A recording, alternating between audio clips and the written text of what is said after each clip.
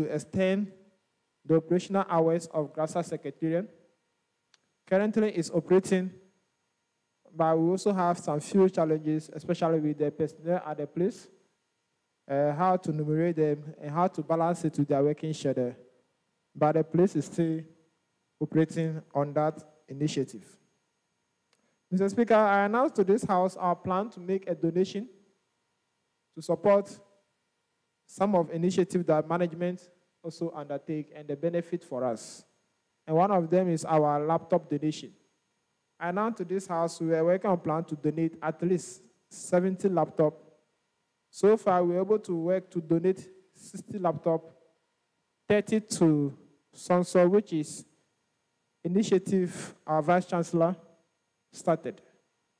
So far, applications have been open, and we have a slot for only 20 for postgraduate students, and only 50 applications were accepted, and out of it, 20 will be shortlisted for award. I took it upon myself to inform the office to take additional applicants that will submit the application late. And as an association, what can we do for them? Yesterday, I received the document, and I'll refer it to the welfare team to review it. Those that we think need a peculiar help, we will take it upon ourselves to write through director to procure laptop for those people. Those that are not agents, we'll find alternative for them. But I'm also glad to inform this House that our Vice President were able to also bring some partnership on board who need a platform to do publicity. And we present to them our membership, and we, being a working class, can be a place that we can patronize what they are doing. And we are glad that they are also into selling of laptop. So I also taking upon myself to propose to them that we can have a deal with them where our members can buy laptop for them and pay at installment. Since they are going to work with us, we can ensure that our members will pay.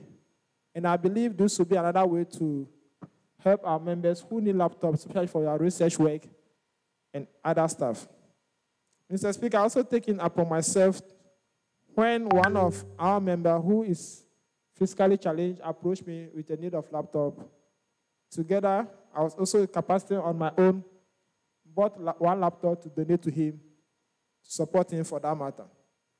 Mr. Speaker, I was also approached by architectural students who currently are on their studio work, and if you understand their program, they need internet access 24/7. Currently, I can say we are having internet challenge as a school.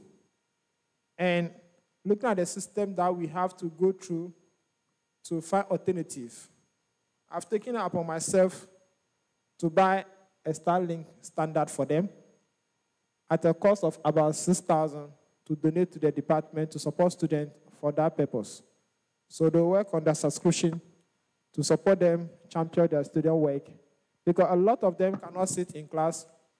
Their complaint was they don't have internet access, and they are sure that they are supposed to be in the class to actually do the student work. So that's some of the challenges we have addressed.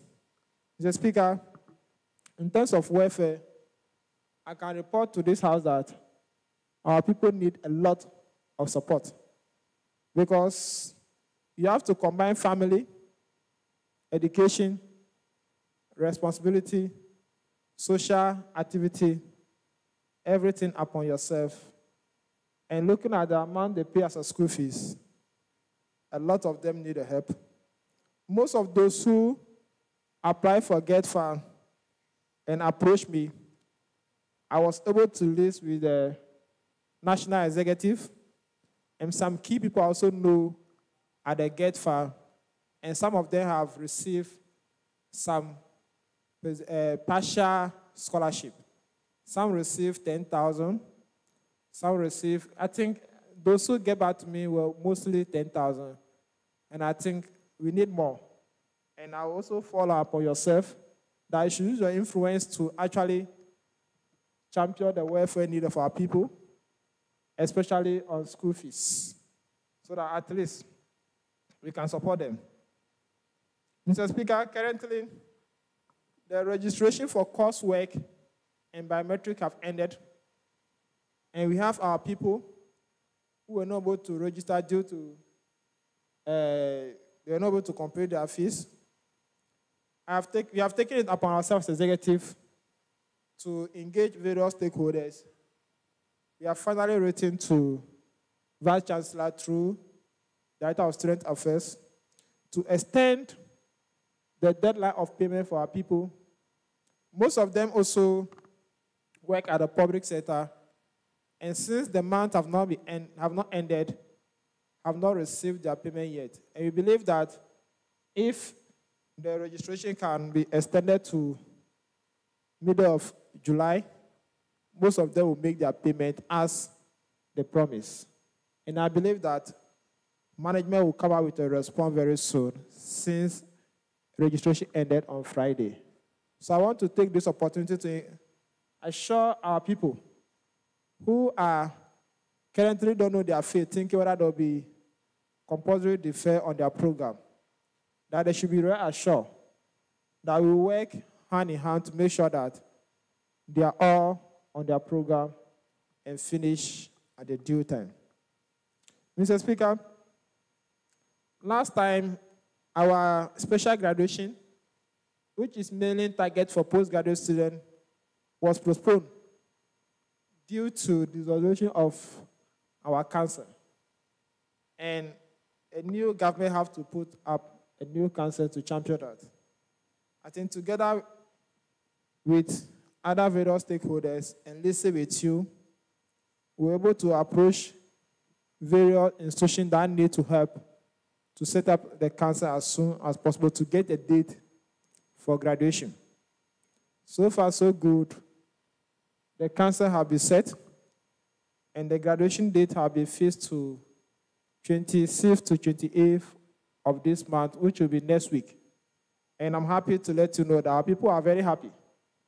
And most of them who couldn't wait to get their certificate for various reasons will be getting access to it very soon. Mr. Speaker, currently we also list with collaboration with graduate school. It will be part of something we wanted to do last year. Now, most of our people who are coming to campus for the first time, especially the IDS students, what can we do for them? And I think currently we have come out with an initiative with graduate school to organize some graduation party for them. And this is the mid edition. We plan on having it throughout the whole graduation period. But look at the financial aspect of it. We'll be having only one section, which will come off at 28th of June at business school. Due to the weather condition, we have it as a Mensa Saba auditorium at business school. So, in fact, I would like to invite this house to pass there. There will be a lot of drink, gizzard, local drink, and other aspects. Mr. Speaker, we cannot take care of everything. So together, we are also listening with various, how will I say, people into maybe who sell drinks and the rest to come around to also sell to our people. Maybe if what we are offer, we want to go extra. Those who want to go to take something which will increase the atmosphere small can go there to sort themselves out. Transport unit to get buses which will run every weekend for our people. Mr. Speaker, to make this very effective, we have to work with the class reps to know when they'll be coming for face-to-face so that we will not have a bus which will come and pass at a particular place throughout the whole day, nobody will use it. So it will run on a time schedule. So I believe, hopefully, by next week, we may pilot this initiative. And we are also exploring the plan how to have it at our remote centers. And we are hoping that in the future, there will be a policy whereby we can have at least one bus at the various centers which can help our people in their initiative. Mr. Speaker, in terms of legacy project, I also want to inform this house that we are working on a plan to get eating canteen for the people at Adenta, because currently the place they are having, anytime it rains, they find it difficult to actually get vendors to come around to sell. And we are hoping that when we have a permanent place for the vendors, they'll always be available to serve our people. So we have a design from development office, and I think our people believe that we have to relook at the design and get a better one. We have a lot on the table. Mr. Speaker, upcoming activity. As the semester have already begun, there are various things that we have to also do for our people. And one of them is the phase 2 of research clinic, which plan is underway. Research director with his team are conducting survey on it to find out the input of our people to make it more effective. One of the challenges I can announce that we faced during our last research clinic was venue. By this time around, I think the library mall is fully operating. We'll be having the research clinic at the library mall with a conducive environment. So I want to entreat members to also encourage their class members to sign up to various software that they would like to use. The Speaker, this phase is going to focus mainly on data analysis, report writing, and other aspects. And I believe that we will all join in hand to make it a successful one. Mr. Speaker, I also like to update the House on one of our socializing activities we all don't joke with, which is our corporate hangout. The plan is underway. Initially, we planned to have it during the first semester, but due to the pressure on our academic timetable and the other activity we have to do, the corporate hangout will be coming out this semester. I think the committee is working on it. We plan to have it at the poolside, where people can swim, have fun, and also bring business partners on board so that we can dialogue and make good friends. Mr. Speaker, I would like to also update this house that if you have been in KNUST for a while, you know that there has been a ban on all student social activity. The previous administration, both Grasag and SRC, petitioned University Council about restoration of Student Week celebration, and committee was set up to come with a modality to that effect. I happen to be part of that committee. The committee report to council have duly been approved with recommendation, and as we stand now, approval will be given to organize a Student Week celebration, but not SRC Week celebration. This Student Week celebration includes all student groups and Grasag as well.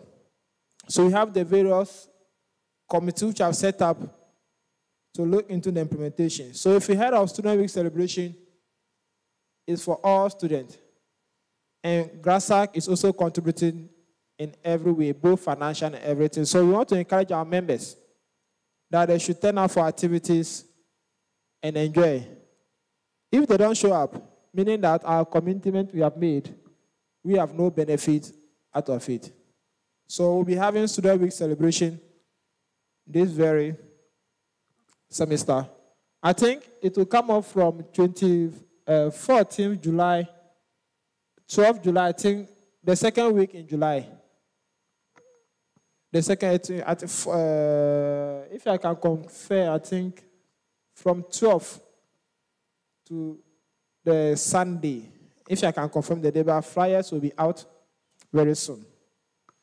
Mr. Speaker, we are in an election semester, and election will be coming up very soon. The last time I was part of stakeholders engagement, which was held at DOSA for all student leaders. And our electoral commissioner is also working tirelessly, and I hope he has released his timeline. We'll be in this house today to give the house more update on election. But the few update I can give is the nomination form. The price have been adjusted slightly. And EC will give more detail why the price have been adjusted.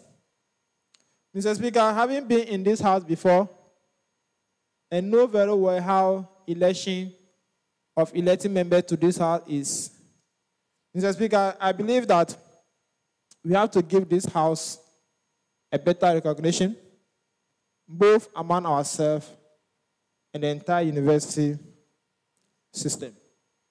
And I believe the best way to achieve that is how we go by electing members to this house. Mr. Speaker, if honorable members here will agree with me, know how the election was conducted, but this year, I advise the EC to do his best to run the Senate election according to how it is outlined in our Constitution. Our Constitution says the Senate election should run concurrent with what? Executive election. But we don't have to sit down just to advertise Google form and people vote on Google form, and that does not actually make this house an honorable house. So for the first, I want to announce to your house that Senate election will run concurrent with the executive election. So all the senators are going to be elected as the executive are also going to be elected. So those who are interested in those various positions can start out doing vigorous campaign because it's going to be very competitive. If 30 people apply from the same department, I'm sure they'll all go through. And we all know the system of electing senators.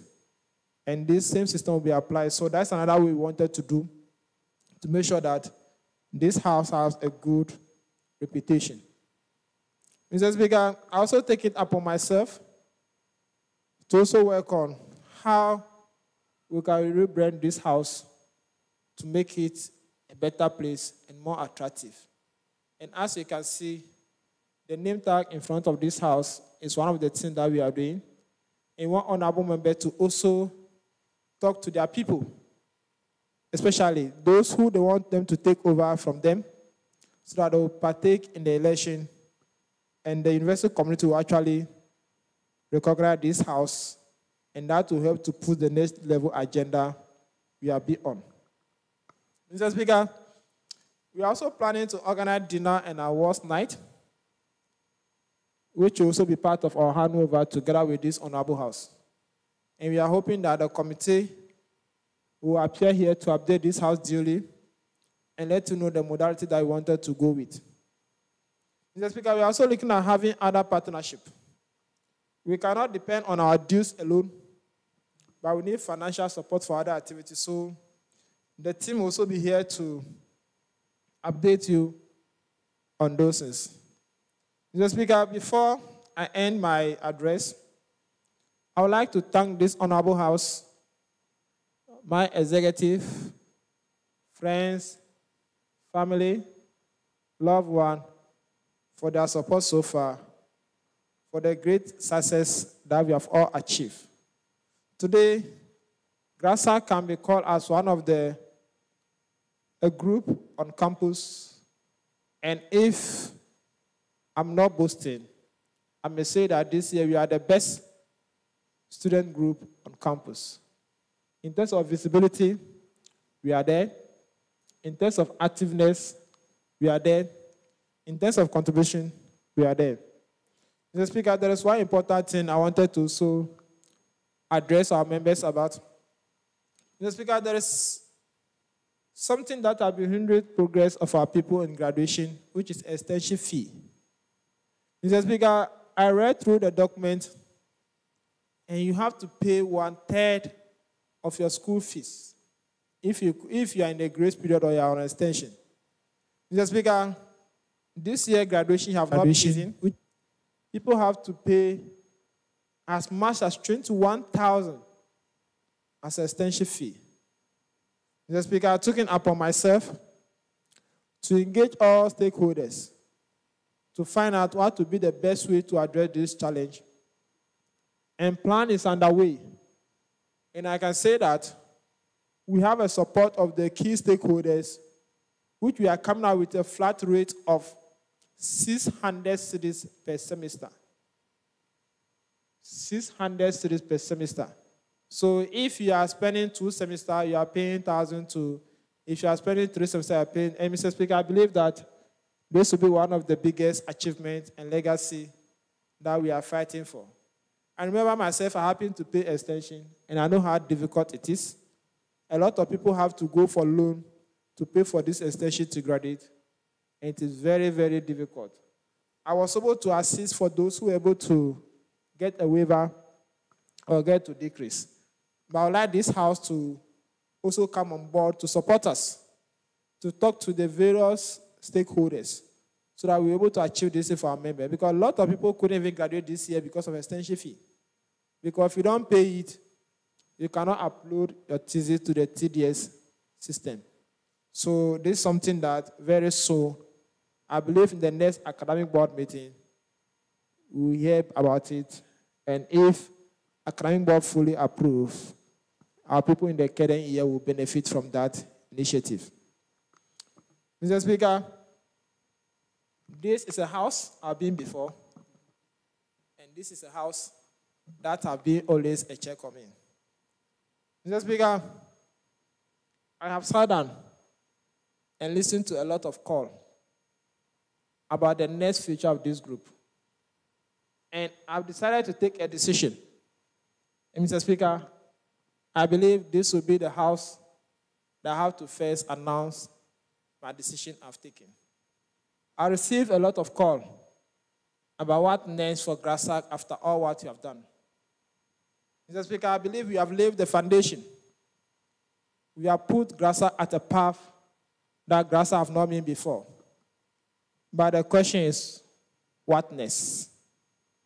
Mr. Speaker, I'm in my second year of my PhD program, and I'll still be on campus. And I asked myself, should I still be there for Grasag, or I should bow out as I'm eligible for re-election? Mr. Speaker, I want to announce to this house that I've taken the firm decision to sit here ahead of Grasag, and this year election, I'll be part of those who will be contesting for the election, and I'll seek re-election for that matter. I want to call on this house for your support, as you have always given me. And I believe that I have gained the experience. I've worked with all the stakeholders. I know in, and that does not take me much to do to get things done. Mr. Speaker, we have laid the foundation of where to get help and how to get it. And we are in the best position to plan even ahead of time to do better than what we have done.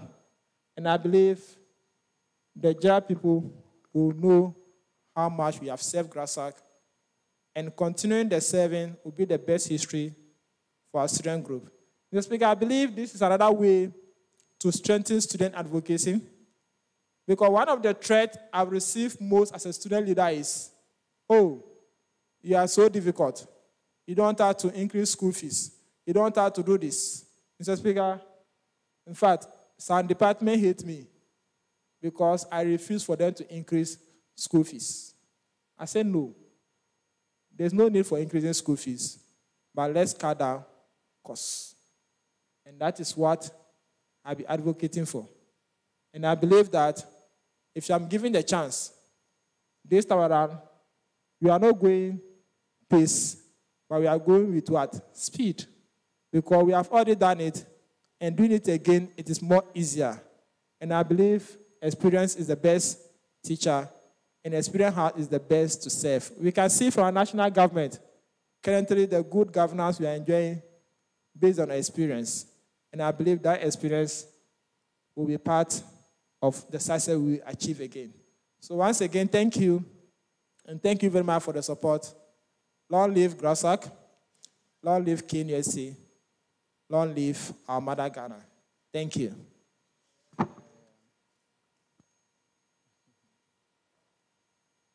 you, Mr. President. We will take 2 comments from the members because we are far behind time. We'll have other meetings to go into. But for the records, this is a house of records, and for that matter, it is very important that Madam Clerk, as the chairman of the house, we take certain note of the remarks that President gave.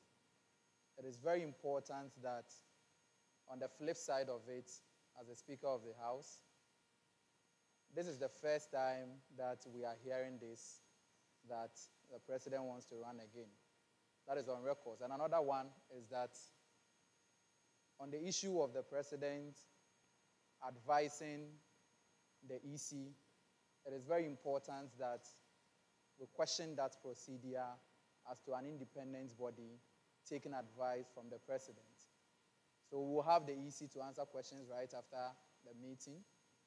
There are questions that will scrutinize the EC on how best he decided to position himself as an independent body to take an advice from an executive committee member. It's also important that this House take note of everything that is said here. Like I mentioned, this is the first time myself knowing very well that Mr. President has declared his intentions to run. It is not binding on the House. It is not mandatory on the House to publicly support Mr. President on his ambitions to become the next Grasag president. That is not our duty.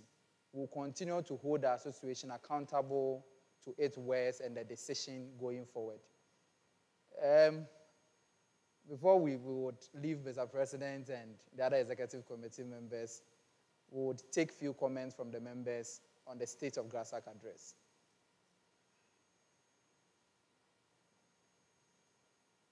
So, Honorable Samuel Bedu, please can we hear from you? You mention your name and the college you are representing.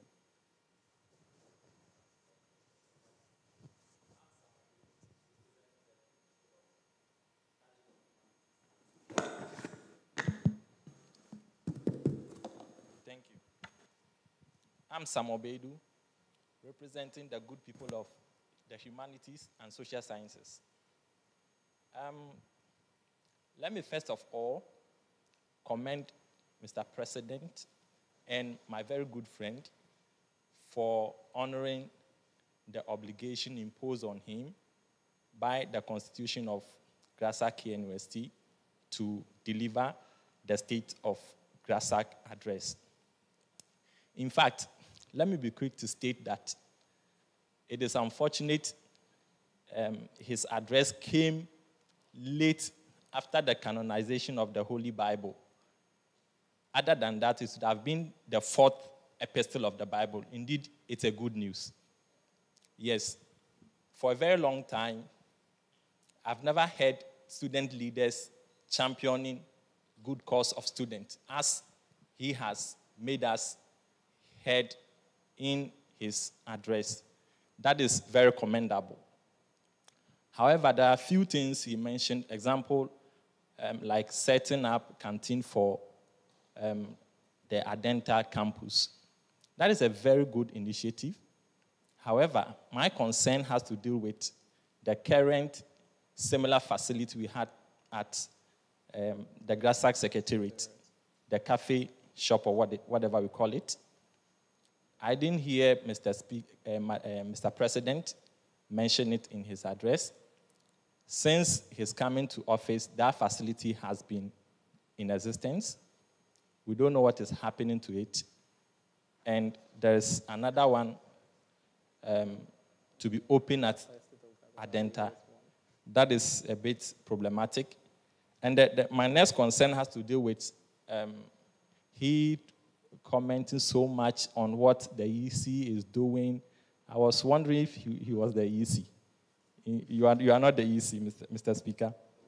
But let me conclude by saying that the legacy project would have been very great if he had mentioned certain level of maybe certain percentage. I don't know where he's gotten to with those projects, but in all, it's a good move. Thank you, Mr. Speaker, for the opportunity. All right. International students, right? Can we hear from you, your name and...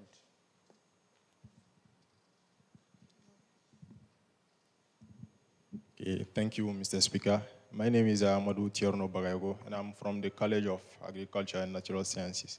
I'm running MPhil Agribusiness. So we thank the President for this remarkable achievement, and we wish you the best. I would like to make two very short comments. The first one is on the fact that we wish the Grasag Secretariat to be available within the weekends, because as you may notice, time is very fast now, and we researchers need much in order to have our work well performed. And the second one is regarding the international students. As we may all know, in fact, we are receiving the same courses, but if we look at the amount that we are actually paying, it's exorbitant. So we would like you to also look at that side, please. Because some of us are paying more than 10 times or 15 times what our fellow Ghanaians are paying. So as an international student senator, we also would like to raise this point. So if the house could be available in order to sort us out. Thank you very much. Honorable David Yeboah, can we hear from you?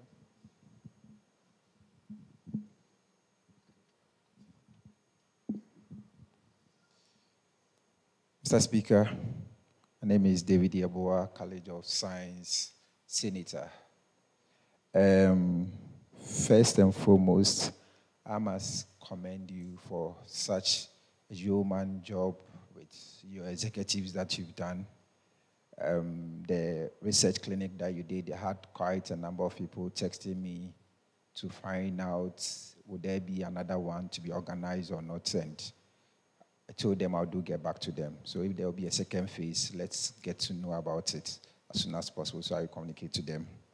Then again to the graph. We open nomination for people to apply and all that, but in your address, we didn't hear anything, and we don't know if the money has been disbursed or not. Humbly, if as soon as possible, you do communicate to us how far the process has gone to and what are the measures being put in place to support those who applied for that. There again, I think a colleague, honorable member, mentioned of the EC proceedings. I was glad when the honorable speaker mentioned that we do question the EC, the proceedings, because if you read the constitution and all that, it's not in line with, how it should go about. So I think that in that state, since Mr. Speaker has mentioned that you do question the EC, we have to also follow up and probably do that. Maybe in the next time, such actions you might probably advise and not take that action again. Again, I heard of you mention you donating a laptop to somebody who came to you during your address. In as much as in my knowledge, I mean, it's a good, it's a good thing and you must be commended for. I think that in an address like this, it's something that this is a personal thing that you did, which is not in the books of Grasag. So if in the next address, such charitable acts will be taken out of the address, it will be, we'll be grateful. There again, security-wise, a lot of people we do researches and all that, and some do stay far. And all that. In all your addresses, during your first address and your second address, there is no form of security measures being put in place for students, researchers, graduate students. We should get to know initiatives that you do in line of that, both online security and physical security. That is a concern that we should, as a president, we should also pay much attention to. In all, I do say that it's a good thing that you came here to perform your constitutional mandate as a president. we have quite a number of challenges and quite a number of disagreements. But for today, we'll leave it to it and say, well done. Thank you. All right, thank you. Honorable Christian, you are done. Okay, that's fine, that's fine, that's fine. Any other comments? A female, Honorable Deborah, we didn't hear from your female caucus. None of you spoke. Yeah, okay, you are fine. You didn't hear about gender equality and quality in whatever we are doing, but you are fine. That's fine. Thank you. I think this, if not the last, maybe the last, not the last probably, we'll have another State of Grasag address probably by the end of the semester or getting closer to the end of the semester. Mr. President and other executive members present, we are very glad that you honored this invitation to give us the State of Grasag address.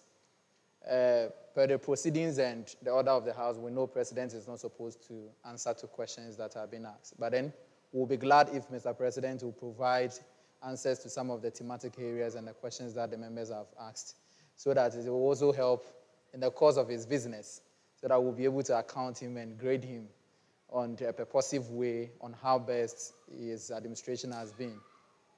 We will take a short break. We'll take the president and other executive members out of the House. Then we'll probably come back to have a short sitting and a meeting on the progress of our trip to Parliament and other important information and news that we need to have as members of the House. Oh, no, we'll launch it later. When we come back, when you guys sit there, we'll launch it and we'll invite you to take a copy of it. Oh, no, it's not possible. I thought the constitution will be launched with them here. We'll take them out. We'll take their seat and later.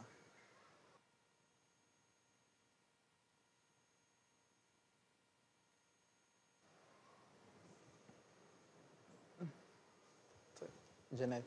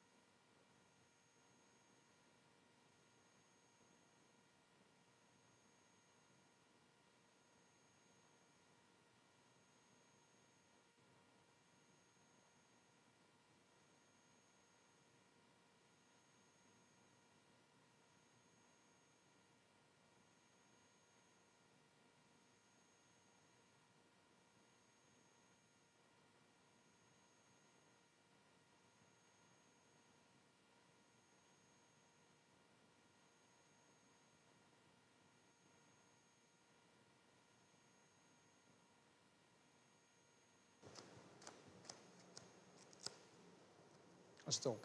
It's okay now. Okay. So in our last sitting, before the State of Grasag address, we had a discussion, a comprehensive discussion, I think for the third time, to look into our constitution that we have. A committee was formed. A motion was moved from our second sitting as Grasag Senate that the previous Senate had already started a constitutional review, which is very important that we take the steps to either regularize it or take steps to take it out or erase the procedures. As a matter of fact, a committee was formed. We looked into it, and finally, we had our last meeting, which was held before the Constitution was passed. The quorum was formed as well. I think, Madam Speaker, before the Constitution was passed, had a comprehensive discussions on the thematic areas, and we sent a soft copy of the Constitution to the platform where we highlighted specific areas that needs to be changed or that we have made changes to. Members of the House who had confrontations on some of the provisions, who did not accept or understand some of the procedures in the Constitution, questioned Madam Speaker, who was the chair for the Constitutional Review Committee, and for the fact to that case, all those persons received their response, some of them in person, some of them online, some of them even in written arguments to Madam Speaker. We made a lot of changes to it. The first instance, we had a provision that we had to reconsider. We reconsidered it, and finally, on the 20th day of May, the Constitution was passed through the President's assenting to the provisions in it. It is very important that as a House, we launch this book for the very first time that a Constitution on the rule of law and fundamental human rights must be made available to all stakeholders so that we will know whatever is happening in our association. I do not have issues with any provision in the Constitution that someone may probably think that it is a bad law.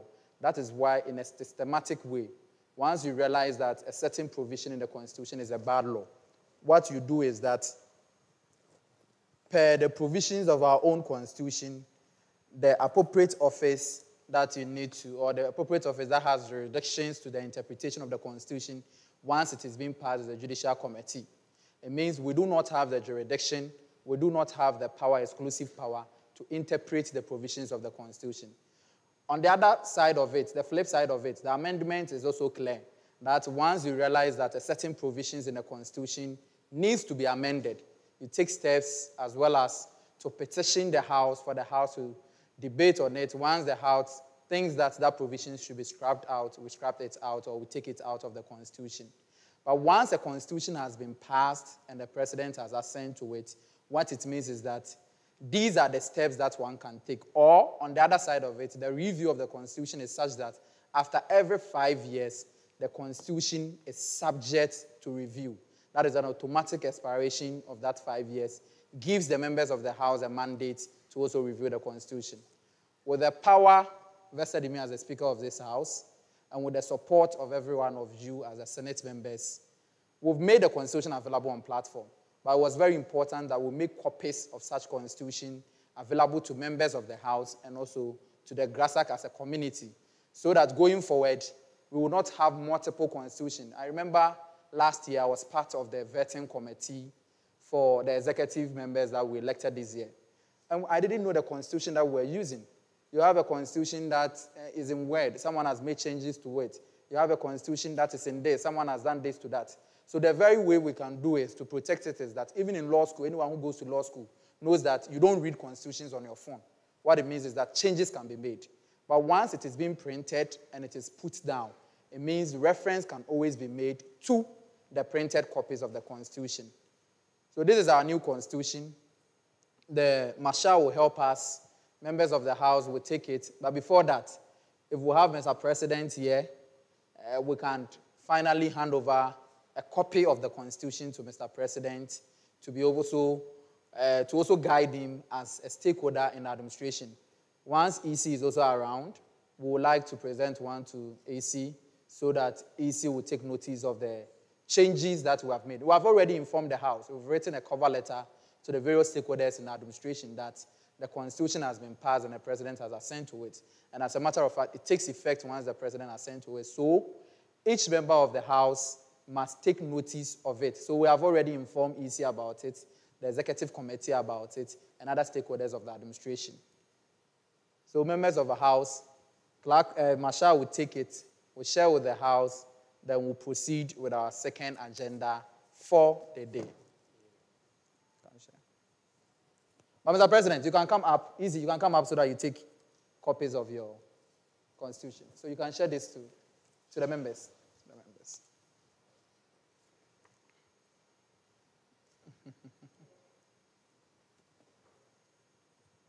So easy, you wait.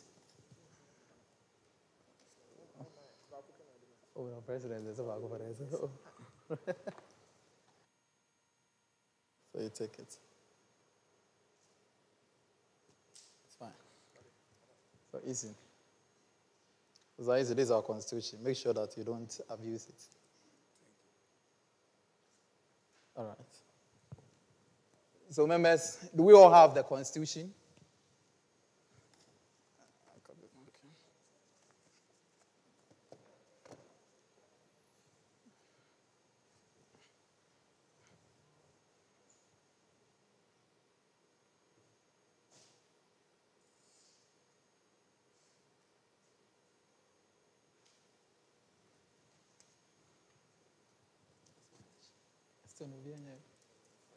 Wow.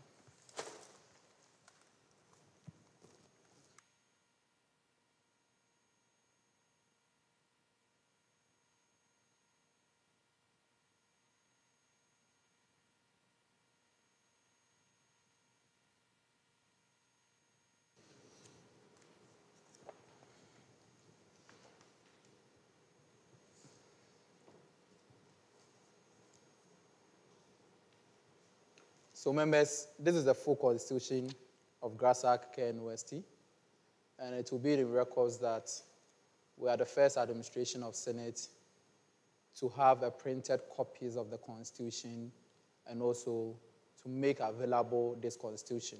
We will, as a matter of time or with time, make sure that the constitution is made available to the entire student body to also have a look at what is guiding us as an association.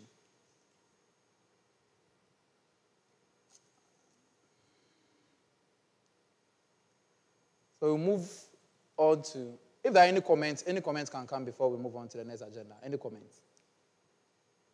Madam Speaker, any comments?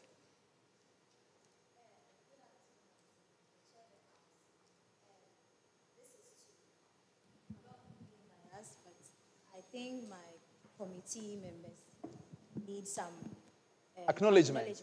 But Madam Speaker, we've done that at the back of the book. At the back of the book, even my name, Mr. Tevolos Betcher, is not part. The members of the committee were duly acknowledged at the back of the book. Yes. But then in my words, I should have at least acknowledged them, their effort and all that. I know how difficult it is sometimes getting people to review the entire constitution. I personally faced it. When I had to, sorry to say, at a point in time, I had not gone through the entire constitution until there was a bit of talks around it, and that I had to spend about 2 days reading the entire book to be able to know whether we have a bad law and a good law in it. And I believe that I am not vested with the power to decide what is a bad law, but you could also know that I have been a very good member of the committee. At a point in time, there was a provision that I had to come in.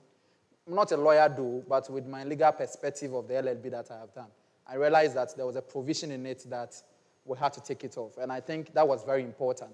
But I will expect the committee members that going forward, you give us more like a thematic area, the reasons behind your provisions and the changes that you have made.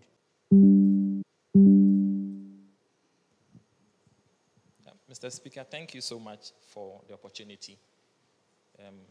Mine is a little concern about the Constitution itself. There have been a lot of nuances. Mr. Samuel, I think for that one, we can't go back to the nuances around it. No. I'm not making comment on the nuances. I just want to just something I'm just passing. Okay. But I think personally, I missed an opportunity, a big opportunity. Yes, of your life. To have contributed to the amendment of the Constitution. A huge opportunity that I missed. So when the Deputy Speaker was calling for commendation for her committee, I wish I was part. Unfortunately, I wasn't part, but that's fine. All is good. What I want to say before we proceed is that it's not an advice though, but let us all be guided. The Constitution has been, approved. The way is forward. Let us focus and make Grasag great. Thank you. Thank you. Honorable Samuel, thank you very much. Just like you mentioned, it is normal that we don't read as persons, not to the House. Me personally, there was a point in time that whenever discussion is going on the platform, I had to go back and call the speaker. Are you sure this is part of the course? Because I have not read it. Because I have not, as a matter of fact, even go through to read it, which is a very bad attitude on my end. That maybe there are certain things that I could have also contributed to when links were shared, when Madam Speaker was pressing us, bring your contributions, what is the issues? When she was highlighting, people were asking, why is it that we have some green and yellow? And she was saying that these are the changes that we have made. These are some of the things that we've added. People were asking questions. I remember Honorable Zola, who is not here, sent a whole paragraph, like thesis, to Madam Speaker to review it on why these provisions are there. And she actually, with the committee members, they responded to it. And I think it is not something that we have done it in a dark zone or in a bad way. And so once you do not understand, I know for a fact that just like the E-levy, which was passed in Parliament and NDC people were not happy with it. It has been passed. What do you do about it? The only thing you can do is to repeal it. When the new president assumed office, what do? They decided to go to Parliament, revisit the bill that we have. Recently, when ESLA has to go back to Parliament so that we'll make amendment to Doomsday levy and all that. Those are the things. So once it is being passed, there's little fight over it and noise over it. The only thing is that you have to, let me say, visit the appropriate office and who has a jurisdiction to be able to interpret the constitutions. We're not able to secure a specific date to be allowed into the chamber, which will have to be very fair enough to the House. So I spoke to Madam Speaker about it. If that is the decision, we can pay a courtesy call to the Ofori-Krom MP. Then we would also arrange on how best we can meet the Chief of Staff at the presidency too. But then we're going ahead. We asked for a specific date that we will need. We mentioned August. So we are going to take steps to looking at it. And we mentioned that if we are visiting a high office like that, we must have a specific thing that we need to talk about. Of course, we can't just visit an office without having a specific area of interest that we want to mention or we probably want to discuss. So we'll leave that to committee members as well. But we just wanted the House to know that it is not a failure on our side or on our part. We didn't know that as early as January. People had already even started booking these days. Because the only thing that the Clerk of Parliament told me last week when we went for Sir Dennis vetting was that people always want the main speaker to be around. And the speaker is now in the House. So the place is fully booked, and the only option we will have is we will come and maybe we will take a screen view at Accra Conference Center where they always project the proceedings for other members if we are not allowed into the chamber. I think they have an annex that they are using for those things, and by the time that we are proposing, we'll be able to visit that area. So we are looking at those options as well. But our main focus is that for the first time, we want Grasag Senate to visit the office of the president.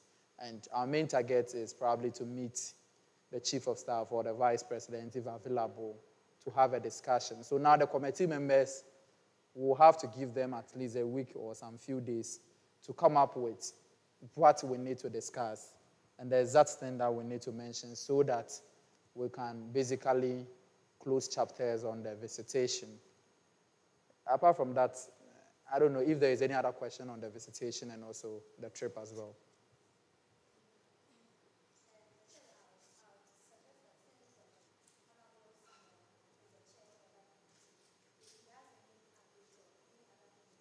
Okay.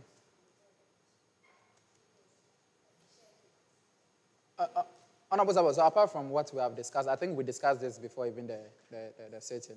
But apart from this, if you have any other thing that you need to...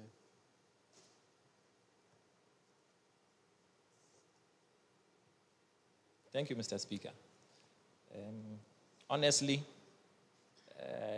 as I stand here, it will be very, very, very bad for me to state that I have plans concerning how we will get to Parliament, taking into account the difficulties.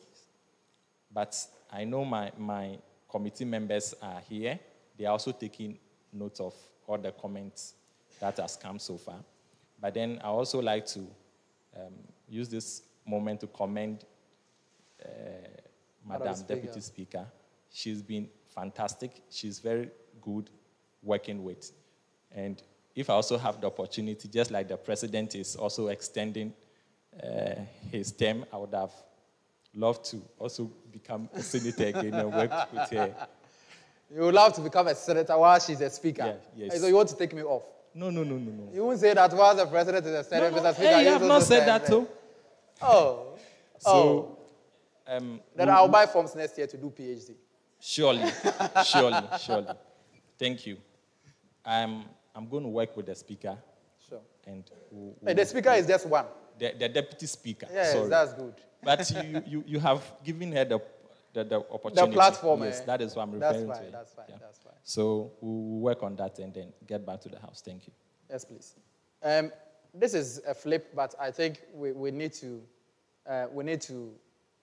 take notice of it before any other matters is discussed. We have Mr. Easy in our midst, and a motion was sent to invite him to give us an update. I think from our amendment and our review, we've also included that a Senate should have at least 2 reps on a vetting committee and all that. So, Mr. Easy, can you just come upstairs so that we engage you on the proceedings and the progress of our association? You will not even understand why parliamentarians are like that.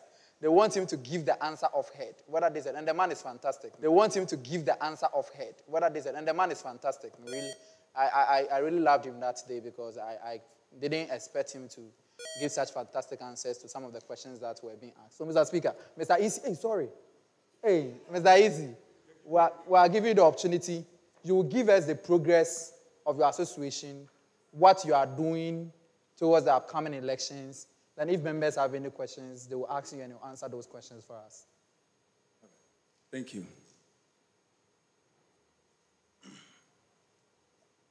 Mr. Speaker, Mr. Speaker, distinguished senators, heads of Sisters Association present, invited guests, members of the press, ladies and gentlemen. Good evening. And to you, my honorable senators, I say you are warmly, or you are, sorry, forgive me.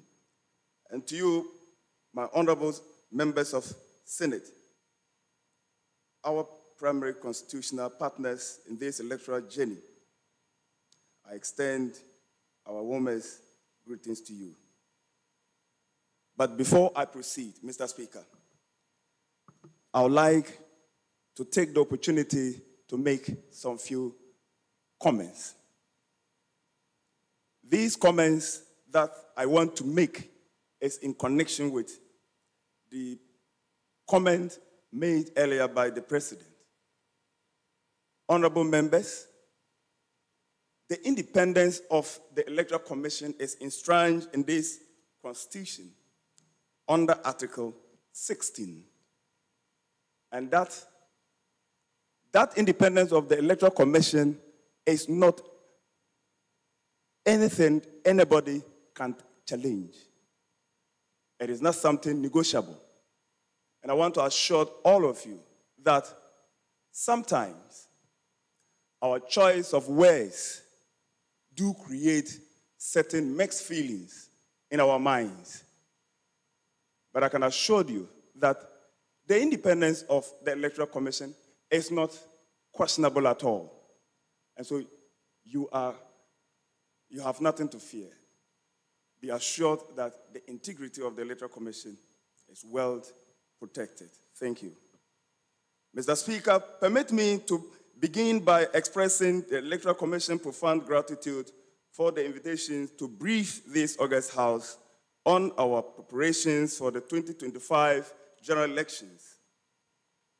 This engagement underscored our collective commitment to transparent and participatory governance and comes at a particularly significant moment, exactly 34 days before the historic elections scheduled for 25th and 26th of July 2025. The Commission fully recognizes the weighty responsibility entrusted to it to deliver credible elections and reflect the true will, credible elections that reflect the true will of the graduate student body. We have approached this task with professionalism and integrity.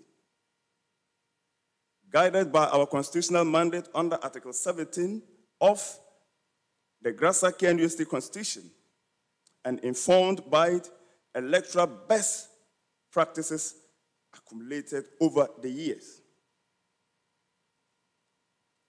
This briefing seeks to serve three key purposes. One, to present the Commission comprehensive preparedness for the 2025 general elections. Two, to introduce and explain historic reforms to the electoral processes. Three, to seek the Senate's wise counsels and support for these innovations. Stakeholder engagement and collaborative preparedness. Mr. Speaker, in line with our commitment to transparency, the Commission has prioritized stakeholder engagement from the outset. 3 weeks ago, we released the 2025 election calendar to ensure that all members, especially aspirants, are fully informed of the key timelines. These proactive steps aligned with our goal of fostering inclusive participation and reducing ambiguity in the electoral process. In terms of collaboration, we held several technical meetings with the Dean of Students' Affairs, DOSA, to align our operations with the university regulations and to benefit from their advisory role in the entire electoral process. We engaged extensively with the Institute of Distance Learning, IDEAL, to ensure full participation of our distance learning colleges or centers. We have received firm assurance that our distance learning center at Tamale will fully partake in this year's general elections. We are in continuous coordination with the University Information Technology Service to integrate relevant IT infrastructure and to remain abreast of digital development relating to the election. The University Security Service have also pledged their full presence throughout the election period to safeguard the integrity and credibility of the process. Electoral reforms and innovation for 2025. Mr. Speaker, a major innovation for this year's elections is the simultaneous conduct of both executive and Senate elections. Arguably, a first in the history of Grasag Knust, if our records serves us correctly.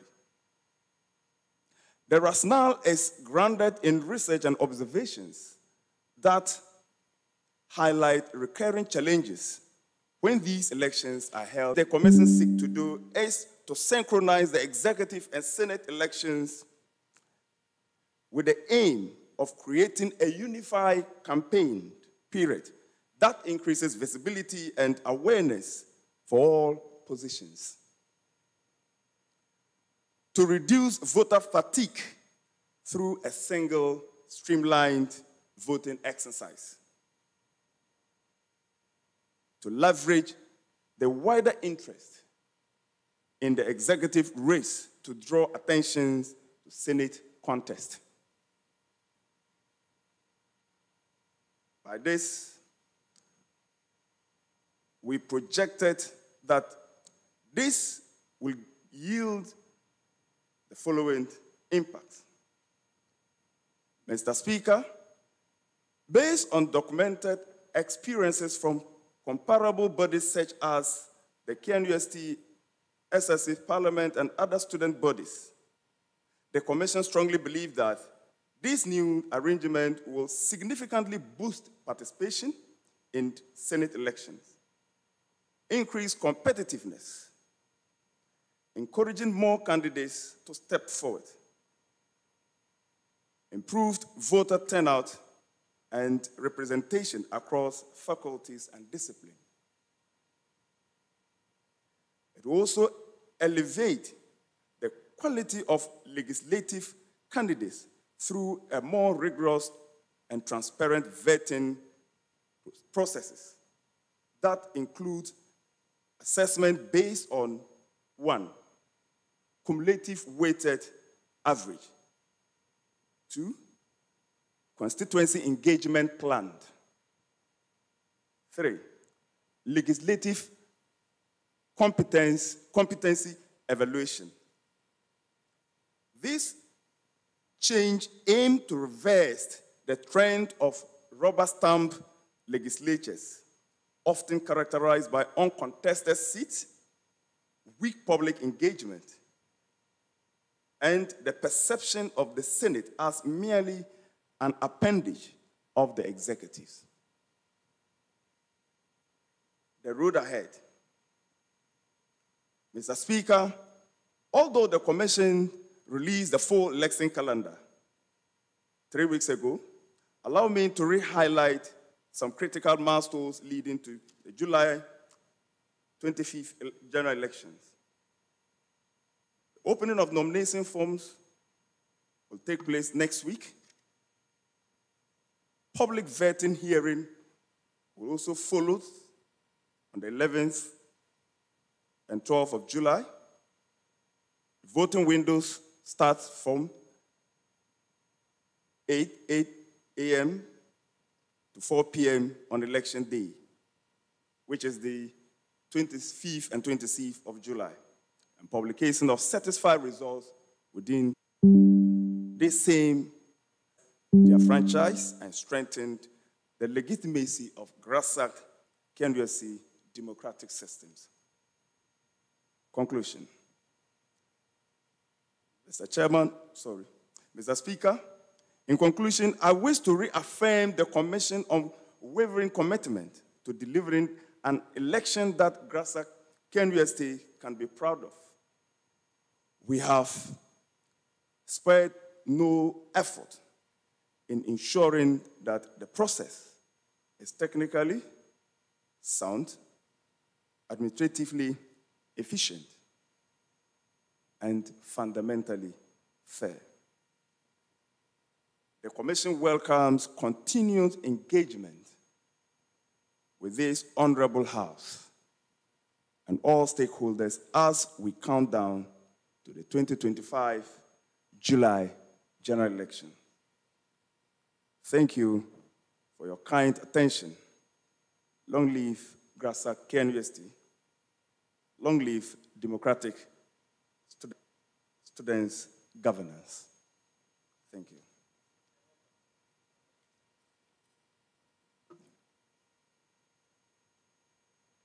You're welcome, Mr. Isi.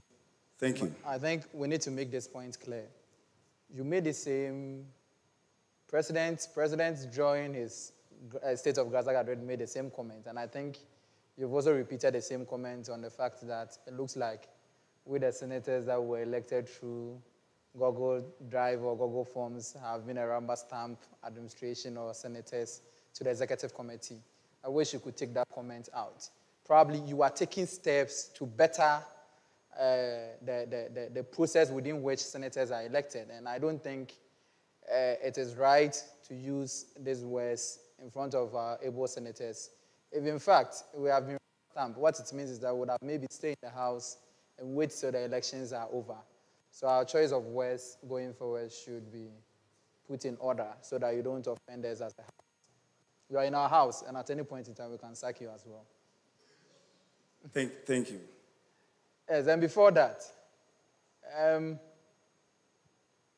I think I will take questions, but because our time is fast spent, we may not take more than 2-3 questions from a person. So we'll take about 2 questions. You may probably have just 1 question and maybe a follow-up question or something. Then we'll know how best we can finish up. So if there are any comments, Honorable David Yeboah, any comments?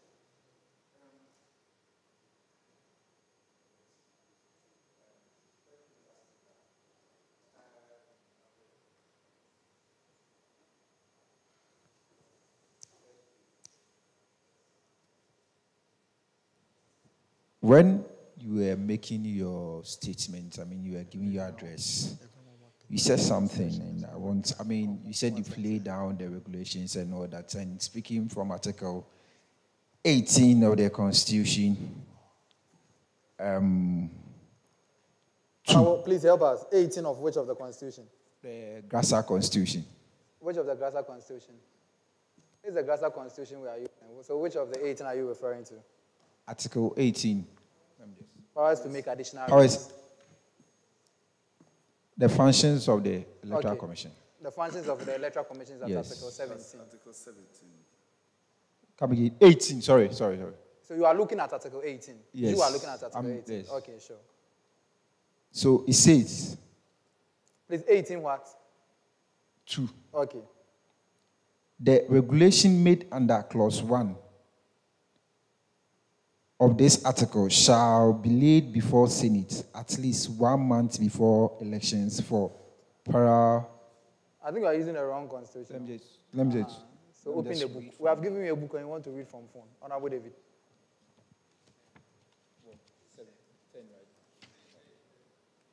Page 10. Very nice page. Page 10.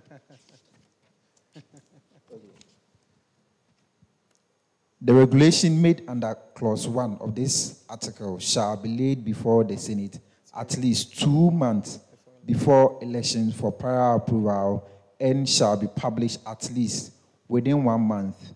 And I think if you have seen some regulations governing the elections that we are about to hold, and such provision... I can say, from my understanding, that might be a wrong choice of word.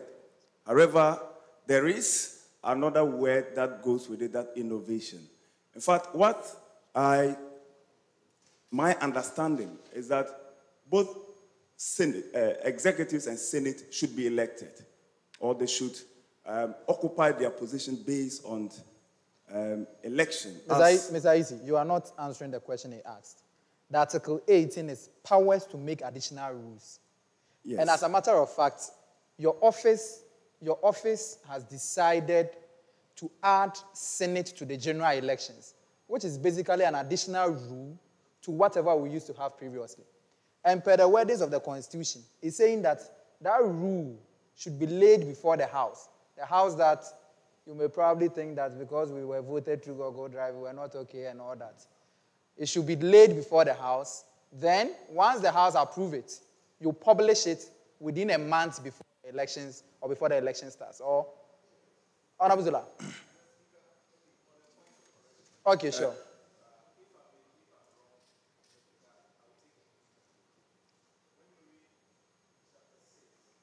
Chapter. Now what have Article 29 under chapter 6. All what right. have Constitution? Composition of the Article Senate. 29. Page 18.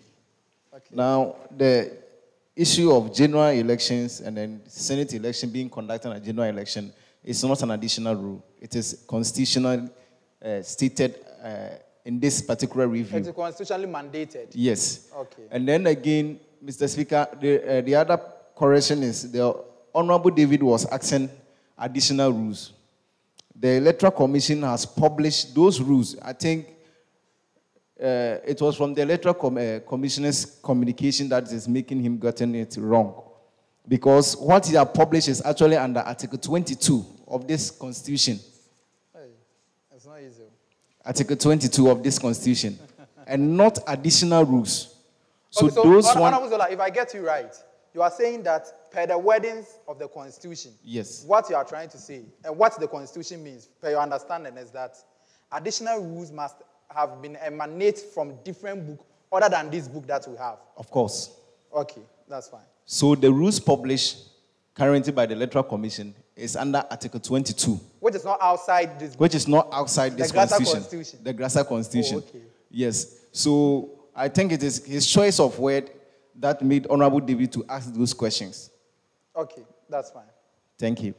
Thank you very much for helping me out. You know,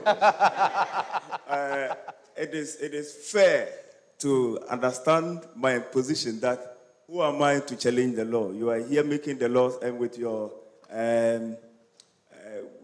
way of talking, I have just landed myself into a place I think.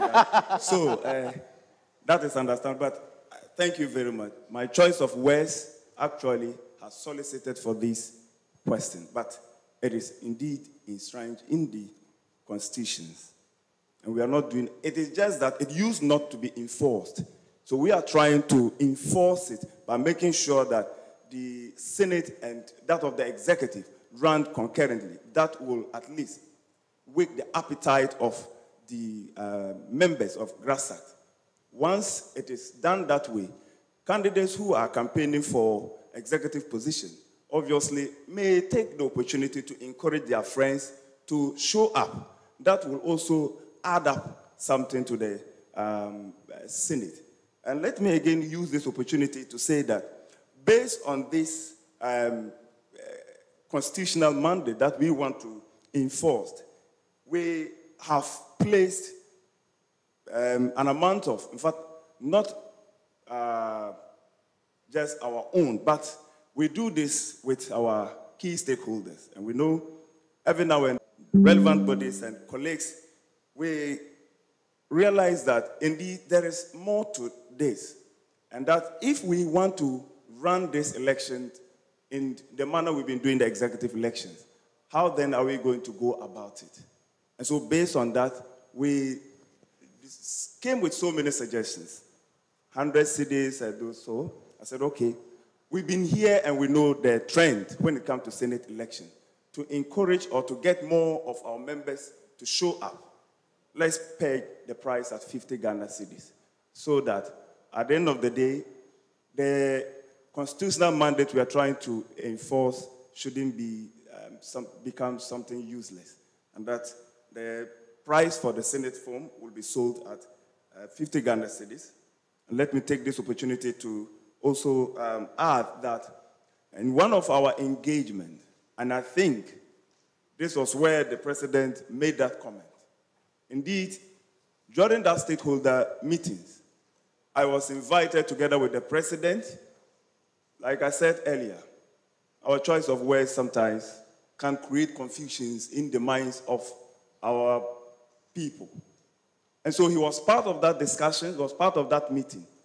In fact, the price was initially pegged at 900 Ghana cedis. I actually did not have proud knowledge of that.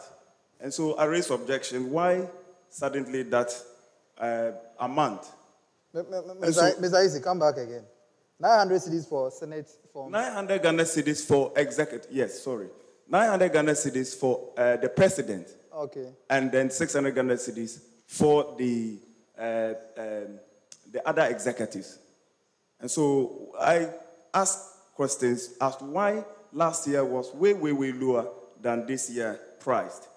And that I don't know what has gone into or informed that decision, because per my understanding, I don't know if the vice president also pitches a form or it was a joint venture. I don't know. And so their explanation was that, or to us was that, yes, the vice president is, the presidential ticket is a double kind of ticket. And so since it is the president and the vice, it is expected that they will share that and then pay. So they are also entitled to allowances and what have you. And because of that, whenever they are given allowances, they don't give the president and ask that go and share with your vice president. What is given to the president, same is given to the vice president. And so they are, in their wisdom, they think that the two should be able to collaborate and then raise that amount of money and pay it. I think the decision was already taken with my other colleagues, but I said, since I was never part of that and I don't have preview or any information about that, I think we have to come down with the price. And so we finally settled at 700 Ghana cedis. Mr. Isi, I think, yes, we've not asked of reason for price reductions, and that has not been part of our question. So, Mr. David, you have another question. So you have a follow-up question to why you asked, and you ended, because we have. So, my question I asked was based on the publication that they made. So the publication was, okay. In all what he's doing, one, we don't know, he didn't come to the house to present to us this amount, this person is paying this amount. So it makes my question valid for him to now respond to it. There again, with the Senate, it wasn't earlier so, and in the Constitution, hence it makes it an additional regulation that he has made. But see, Honorable David, the issue is that once the Constitution has made a provision for a specific act, what it means is that it does not make it an additional rule. It is presumed, it is perceived that every member here objectively knows about it. I don't know if you get it. So what we are saying is that if we have passed this rule, we've passed this Constitution as a book to guide us, and it has been already stated in the book that we are going to have Senate elections with the Executive Committee. What it means is that, objectively, using a reasonable man's test, everyone here as a senator must be aware of it, which is why Honorable Zola made mention that this does not make it an additional rule that the EC is compelled to come here and announce to the House again that we are going to run. Honorable David. Okay. Okay, so... is there any other discussion you guys just want to have? Say, EC, yes, please. Kindly be affirmative whenever you are speaking. You've been using you think, and doesn't make it more of, yes, it doesn't give him an authority on when talking. That's one we can advise him on that. We are not here to take advice. So humbly, just be affirmative whenever you are speaking. You think doesn't make it.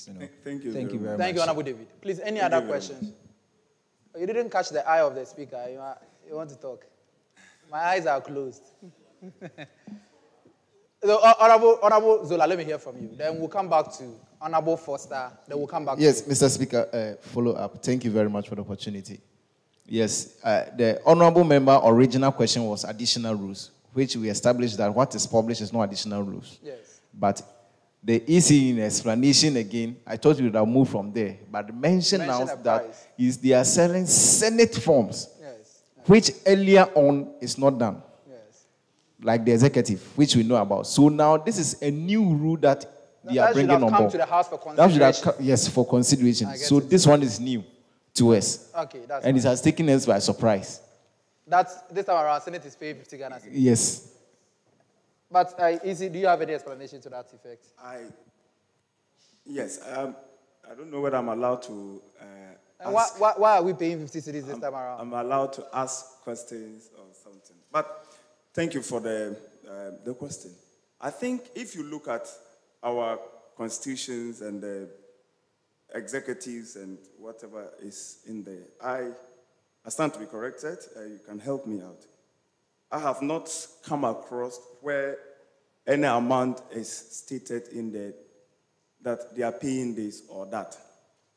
But to answer the question, once we are selling a hard copy form to the aspirant, people who are interested to contest, it is expected that these hard copies must be printed.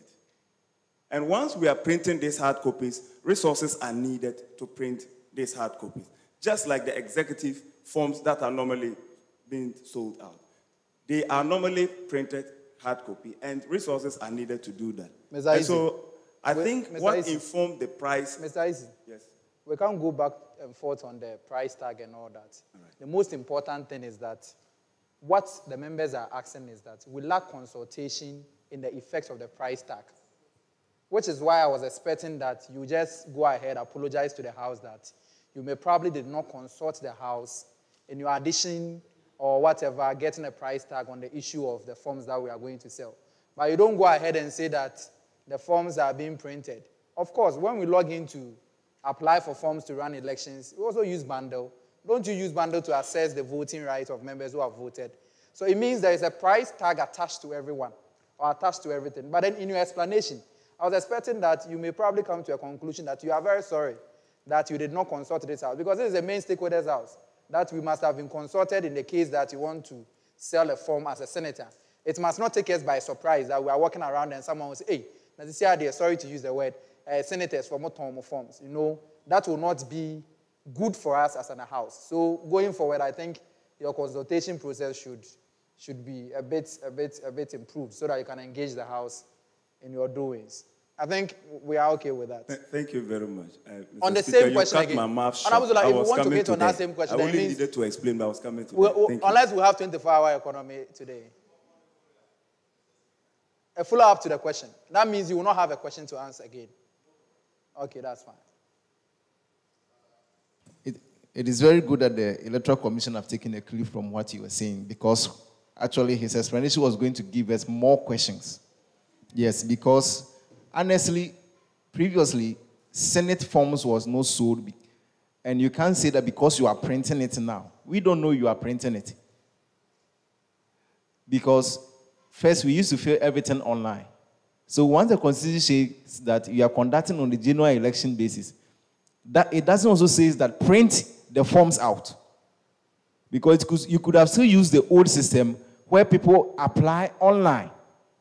And then maybe if they could come for scheduling interview or whatever you want to do. But you are saying that it is printed now. Because of the printing, then it is costing them. So thank you for, I mean, should I thank you or you should be thanking me? I mean, it is good that you have taken a clue from them, Mr. Speaker, because your explanation was giving me a lot of questions, yes, to ask. But, Mr. Speaker, thank you. This is my concern. Thank you, too. So we'll have 3 questions. So Honorable Foster will talk. We'll come to Honorable Kabute and Honorable... okay, Madam Speaker will also talk. Then Honorable Samuel, you also talk. Honorable Abena. So we'll have 1, 2, 3, 4 questions after Honorable Foster. Please, your question should be just one. Please, I beg you, just one question. All right, Mr. Speaker, thank you for the opportunity. Mr. Isi, thank you for coming. Yes, just as Honorable Zola was saying, as you keep talking, we keep getting more questions to ask you. May I know the budget for the electoral process? Has it been brought to the Senate for us to scrutinize? Because everything you are doing, which is part of the additional rule, Article 18, has not been brought here. So may we know that about the budget? Thank you. Thank you very much. It's going to say that once you have been advised not to, you take clue. And so I will apologize by saying that, honestly, that has not been done. And I think that, just like Mr. Speaker advised, yes, the consultation need to be a bit up, but I cannot place or give figure. And just like I said, if you are apologizing, you don't go ahead to give further reasons as to why I cannot. But sorry, I am not able to tell. So I think, Mr. Isi, if you are being fair enough to us, then I think we would have to summon you back to the House to give us a budget, because we can't have an elections. Mr. Chairman, Mr. Speaker, why I said so is that whatever EC does, it's not, we have an oversight or we have an oversight body. Mr. Isi. Yes, please. We do not contest the view that it is an oversight duty that you are performing. But of course, whatever activity your office is going to run will be run with the Grasag money, which is the Grasag funds. And what we are asking for is very simple, that if you don't have it today, we are not debating on the fact that you don't have it, because you don't have it. Even if we push you, you don't have it. But then you will be rather summoned back to this House to give accounts. If probably you have made some expenditures we are not aware. From our normal business background, we know that it's very important that you give accounts on whatever you have done. Then you let us know, in the future, how much are you going to spend? How much have you spent? So that we'll know how, we'll also be guided. Then someone will not say that this time around, Grasag people, the Senate have approved anything for anyone to spend any money. So please, I beg you. If you don't have it today, we don't have any issue. But we'll make sure that with someone in the course of the week, you give an account, probably online, to us how much you have spent, how much you are willing to spend throughout the electoral process. Thank you. Okay. I wish I could have been given the opportunity to react to that, but thank you.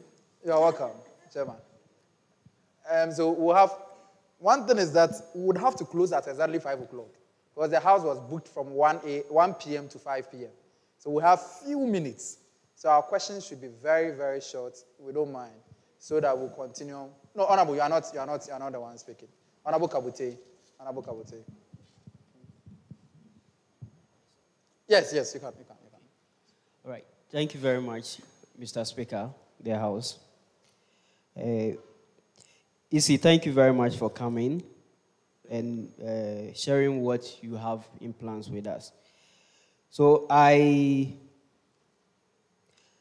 a senator and being aware of what we are supposed to do as Senate, as one of our powers, Article 32 says that we shall concern the 32.1 says that Senate shall concern itself with the passing of resolutions and considerations of bills, and the Senate shall have the power to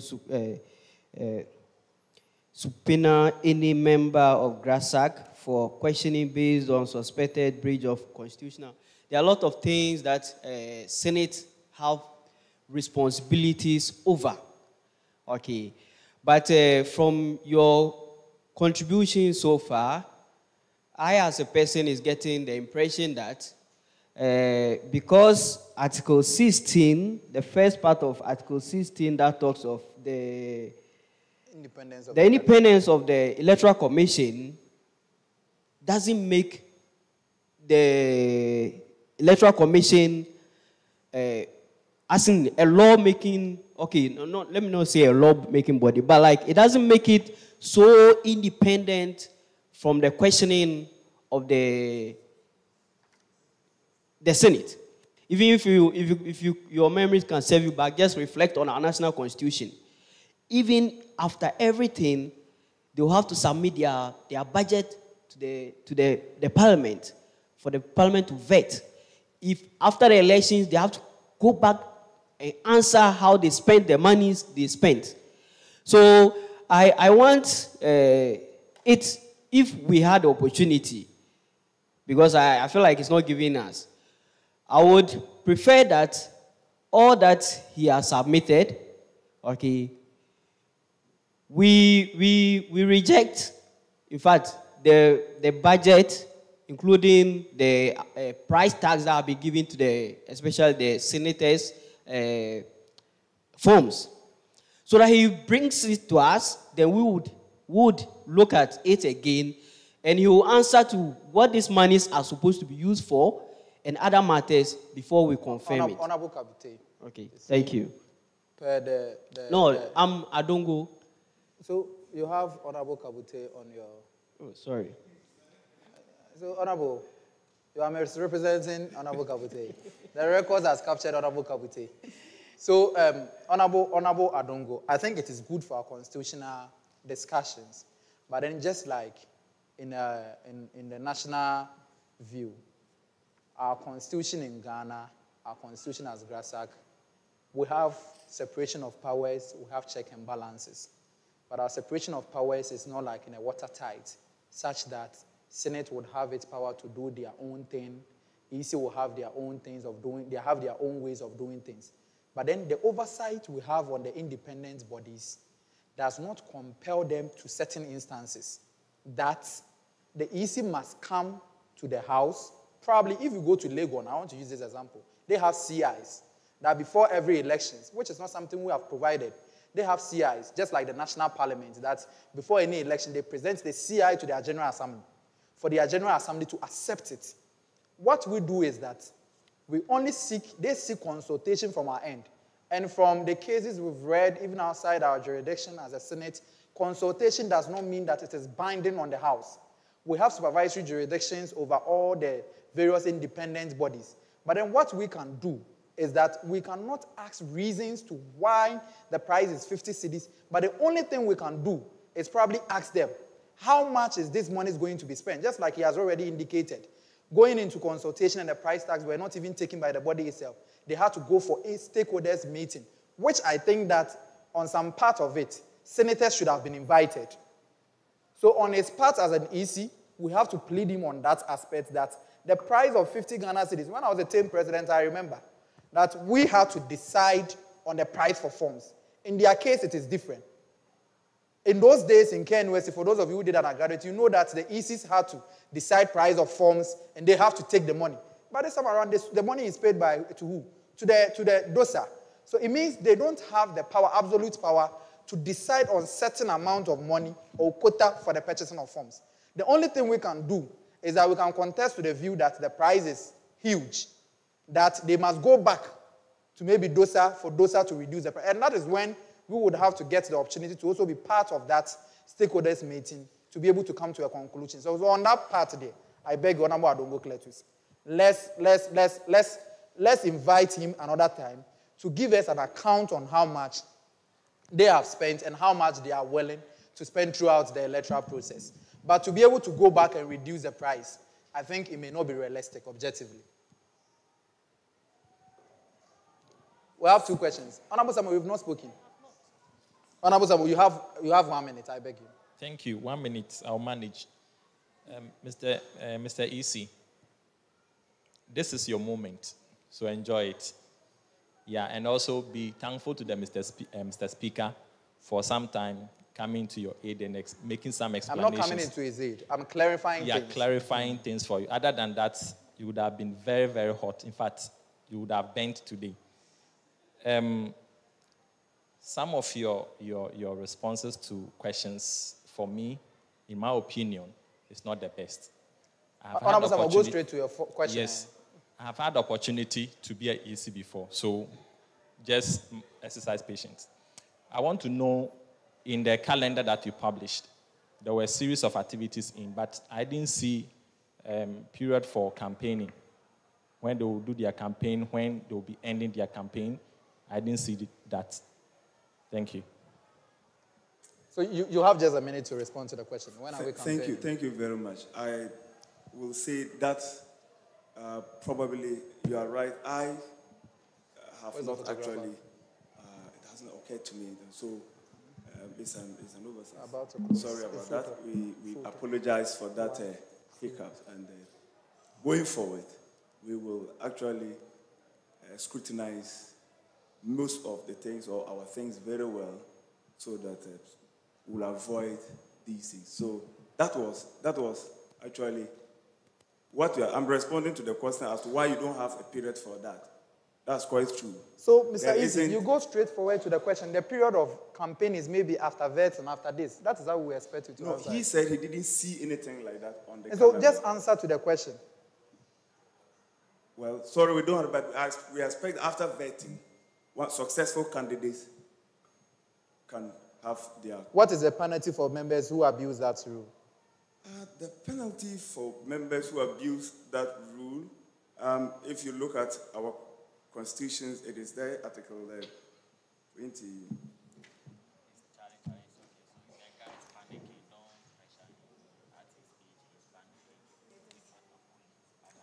Article 24, disqualification. There is nothing like... 25 talks about some of these things. So the penalty could be you may be made to pay a fine.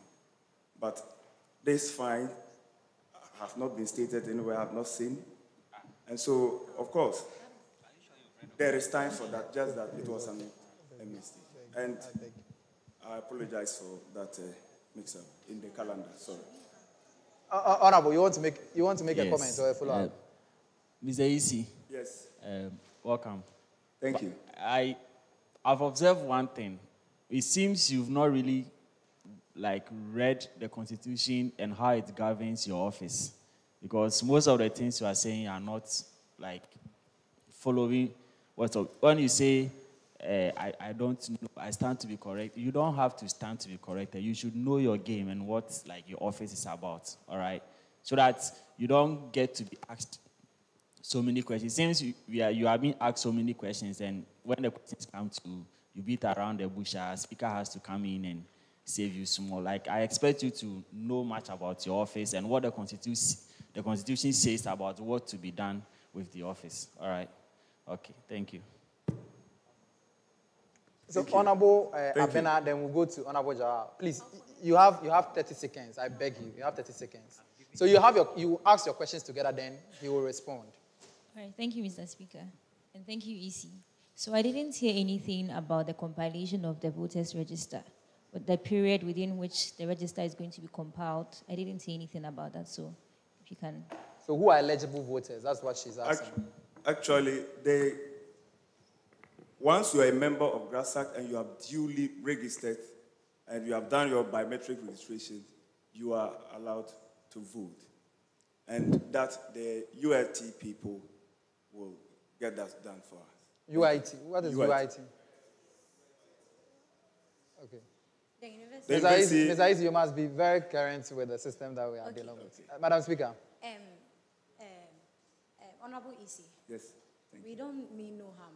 We mean no harm. Sorry. Okay. And as senators, it is our right to protect the students. So we know that you are in a hot place, and we plead with the House to kindly go easy on him, because the notice for him being present here was a very short one. But in any case, there's still more time. We could call him thousands of times to come and exercise his rights or his responsibilities to us. On your pricing of the senators' form, I may presume that maybe you did that to put value on it. But in any case where a senator is passionate about it but wouldn't or doesn't have the amount to pay, how do you go about that? Because we need the right people on board. So if someone is passionate about of being a senator and they don't want to pay, how do you go about that? I don't want to overrule Madam Speaker's question because she is my deputy speaker. But I think that Madam Speaker is speaking for maybe my colleagues and brothers, just like myself, who wanted to buy PhD forms and run for president again. But I don't have 700 cedis to buy forms. So I think, just like you mentioned, we presume that the 50 cedis tag is something to put value on it. And whoever is passionate about running for Grasag Senate, I think that should be able to make an amount of 50 Ghana cedis. But my only question is that in an instance we don't get a lot of people filing nomination, how do we fill the vacancies? That is my issue or my problem, which is something that we are most likely to face, because at the end of the day, even on the online Google Forms and something, people do not intend to doing it unless we advise them, unless we talk to them. But we don't know about that. But just like we mentioned that we don't have time, we have just a minute to leave this house. Mr. Isi, we may not allow you to go just like that. You have to thank us. We'll call you again in the course of this week, one of the days, and you must get prepared with our budget, with our reviews and the questions that we've asked you. The ones you were not able to provide answers to them, we will need you to provide answers as well. Thank you very much, Mr. Speaker. And let me use the opportunity to also thank my honorable members for the... You didn't thank the Speaker first. You are thanking honorable members. Okay, that's fine. Next time we'll meet. Oh. Sorry, I thought I said, when I said thank you, Mr. Speaker, that's all. Well, that's fine. You see, Mr. Easy, there was a time that he had issues with me. It's just funny. Now, when they had the additional members of the senators to come and join, he was calling, I was not picking up. And he was very angry that I was not really paying attention to it. Today, he's in my house. And we can just make him enjoy the movement. He's a very serious person. My working experience with him is a very serious person. Like I said, you cannot know the law more than those who are making the law. And so, pardon my manners. Mr. Speaker, I want to use this opportunity to say a very big thank you for the opportunity given to me, and then also to the whole House. I thank you all for the opportunity, and I want to say sometimes in our own corner, we think you know. But when you move to somebody's corner, yes, that is where you begin to discover that you still have a lot to learn. And so I accept, and I want to assure you that despite these things that has just, or what has just transpired, you can be assured that the elections will be one of the best. It will be one you'll be proud of. And I can assure you that, once again, let me say, sorry for probably expecting something big. Of course, like I said, if I'm in my corner, I think I know. And so, thank you for the opportunity. All right, so I think we're supposed to take any other matters, and then we'll look at certain things that was raised. But because of our time, we have to do what? We still have to take any other matters. Wow.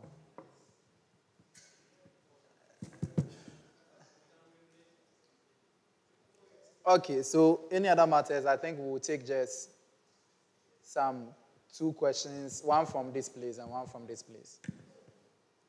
So any other matters, members? Honorable, you have not spoken.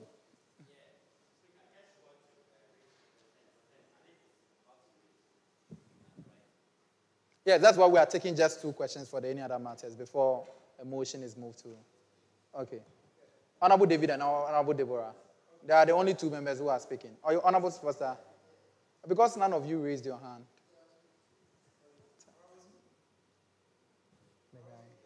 I'll let him do it. Okay.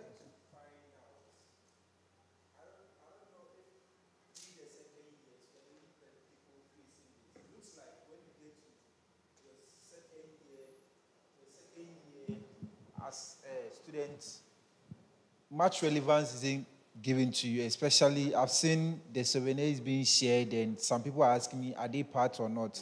There again, to activities of Grasag, we know most of the times involve second-year students, MPhil and PhD and all that. So I don't know. I think I had a discussion with Treasurer this morning and President this morning, and they have started sharing the souvenirs for the second years. And I'm sure that they wanted to even give our own to us today as senators. But then they had to do another distribution for some of the weekend students. So I'll prompt them on that. I think it's very important. Such communication should go further so that we will get to know if we are also in part of. That's very important. Honorable Deborah. Honorable Zola, you didn't raise your hand, please. I'm sorry, we can't take your question. So, Honorable Deborah. Thank you, Mr. Speaker. My concern is about, I think apart from the EC, the Gender Commissioner was also invited. Yes. And also the Research and Projects Committee Chair was also. This morning we received a message from Clark that they have responded to our request to meet them, and that unfortunately, Madam Gender Commissioner mentioned that she's not feeling well and all that. But we'll have to look into it much. If whether she is maybe taking a clue to be absent from the house. But I think we would still have to send another motion once we are going to have a sitting within the week, and we'll call her to join. In any other case, we'll need a proof of medical reports and those things to be able to ascertain whether or not she was facing such an instance. For research, did he also reach out to you?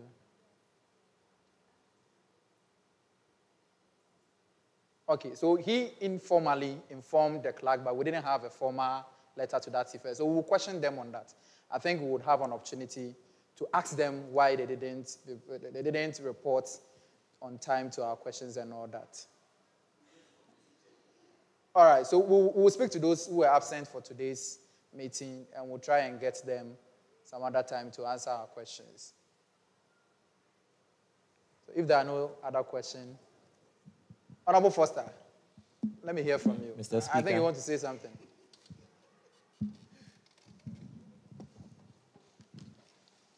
All right, Mr. Speaker, thank you for the opportunity once again. It's about us. Okay. It's about leadership at Senate. We don't obey time at all. Very true. Yes, very true. Even myself, everyone. Exactly. And the communication too is not coming well. It's not effective.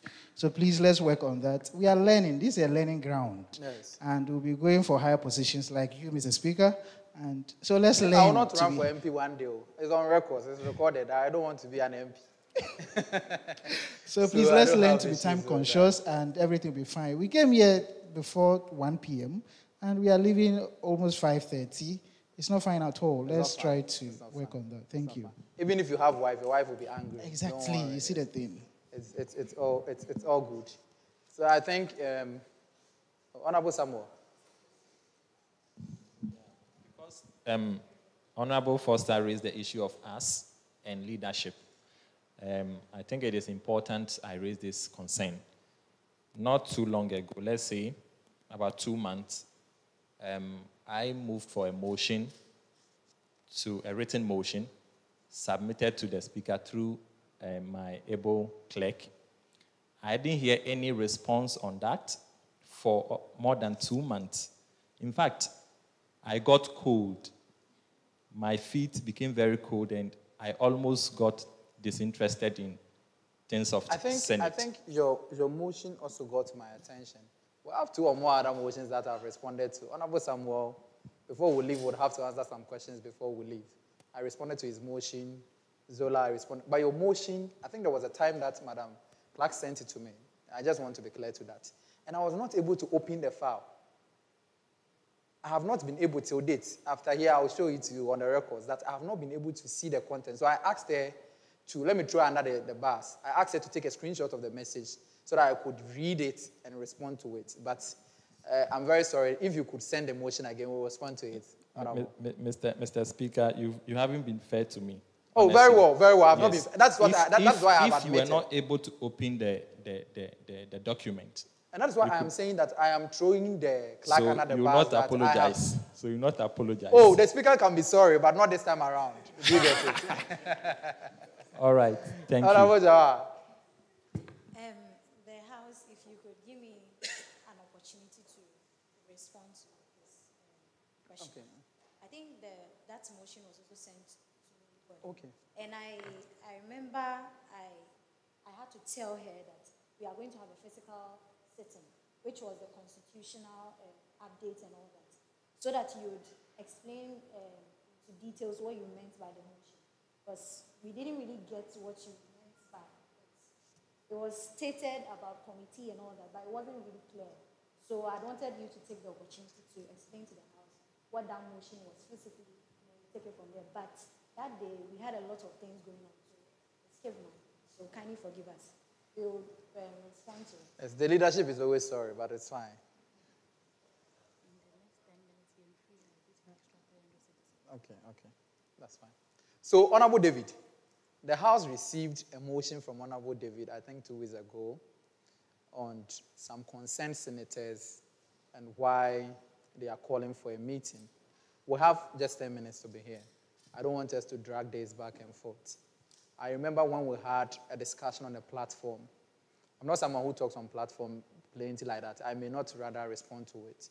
But it looks like it was probably going out of hands and that I had to come in. So I personally took to myself, which is not even an advisable way, to call Honorable David himself to explain certain procedures and also certain provisions to him. Quickly, far from that, we had a motion coming from his office coming from him as an honorable member, that the Constitution and the election procedures should be suspended on the basis that some concerned senators have raised issues on the legibility of the Constitution and also the members. And I think for mutual respect, I decided to call everyone on the list as a concerned senator, because you will need the consent of members to put their names on official letters to the Speaker. This is a House of Records. So if the clerk is recording it, she must put it on records that on this very day, Honorable this, Honorable that, requested that we should have a meeting or we should suspend this. And as a matter of fact, none of the members on the consent list actually informed me simpliciter that they consented to whatever details on the letter. And some of them purported to have even mentioned that they did not even see the content of the letter that the person has raised. It is very important. I got very pissed off, but as a leader, sometimes you don't take immediate actions on platform. So I wrote back to him, and I asked him that he should provide evidence of the members consenting to the letter that came from his office that the electoral process and the Constitution should be suspended. And the explanation that he gave was that some of them were true phone calls and all that, which I believe it is fact. I can speak to people to consent to it. But all members are here. I believe that Honorable Zola is here. Other members are here whose names were part. And as a matter of fact, even if one person confirmed to the House that their name were not part or they did not consent to the content of the letter, then it means you would have to apologize to the entire House and the Speaker and the leadership on why you took a step to deceive or to misrepresent such members. You have just a minute or so to respond to it because we have just a minute to leave here. Yes, please.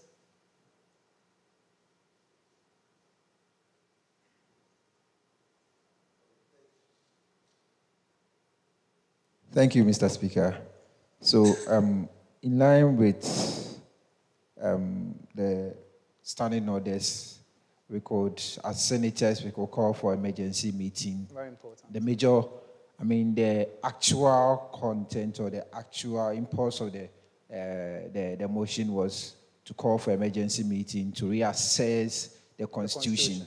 And as we all know, when you are drafting messages for such, you need to back it with reasons and all that. Very important. But the impulse of it was to call for emergency meeting. So I will sit as senators and reassess the Constitution that... Honorable David, I do not contest you on the idea of the content and the impulse of the letter. What I am asking today, did the members that you underlisted on the letter, did they consent to the content of the letter? And also, did they have any idea on whatever was put on the paper to be drafted? Because on the records, if we are putting on the records, we cannot just put the contents there. It means we would have to make inference from whatever was mentioned.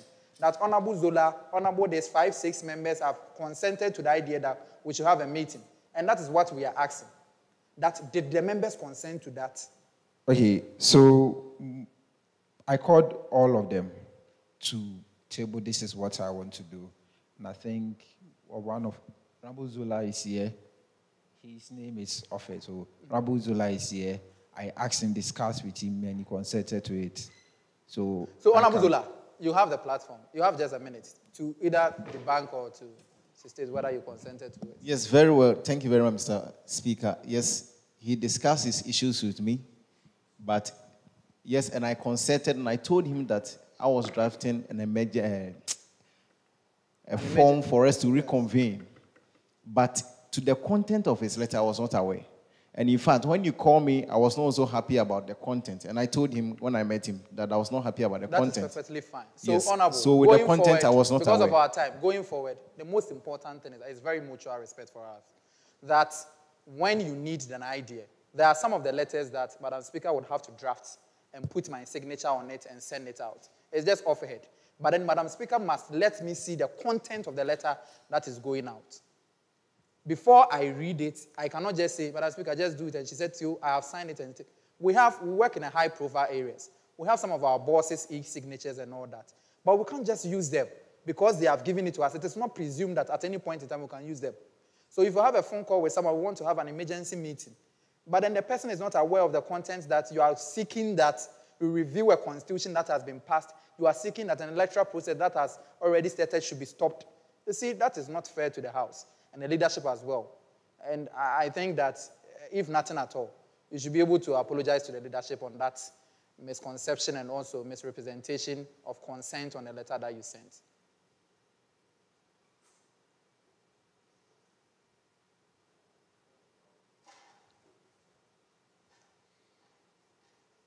Well, thank you, Mr. Speaker. And your reply to my letter was well taken, and your advice has been well taken. And to everyone that couldn't get to know the contents of the letter, I duly apologize, and we learn on it as we grow as leaders. Thank you. Thank you. You have done a gentleman's work, just like Afinia Markins may not have done, but you have done well. That's fine. Any other motion to...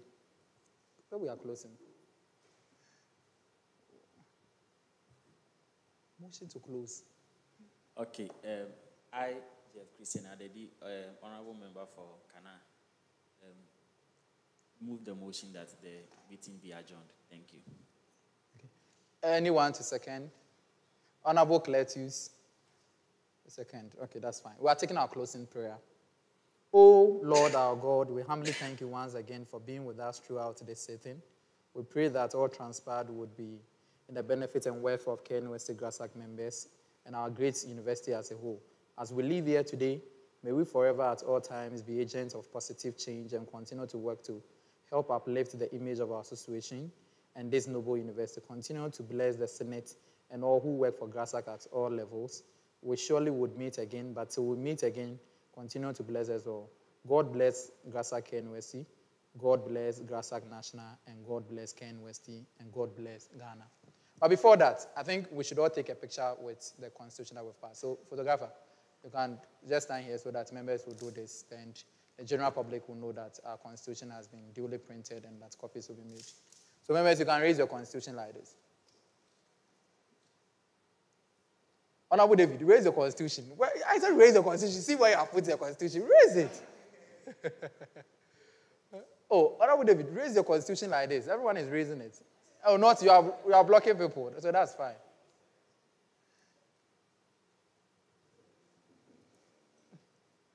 Hey, I'm not coming in, I'm raising it. Okay, that's fine.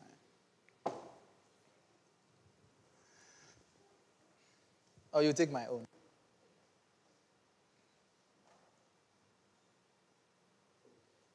It's fine, it's fine.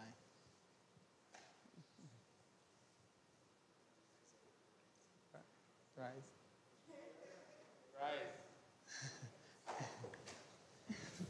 Hey, rise, pa. Ayana, Moana. We'll talk about him later.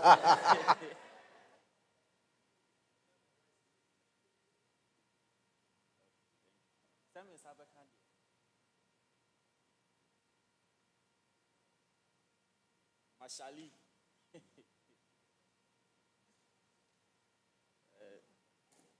The marshals there.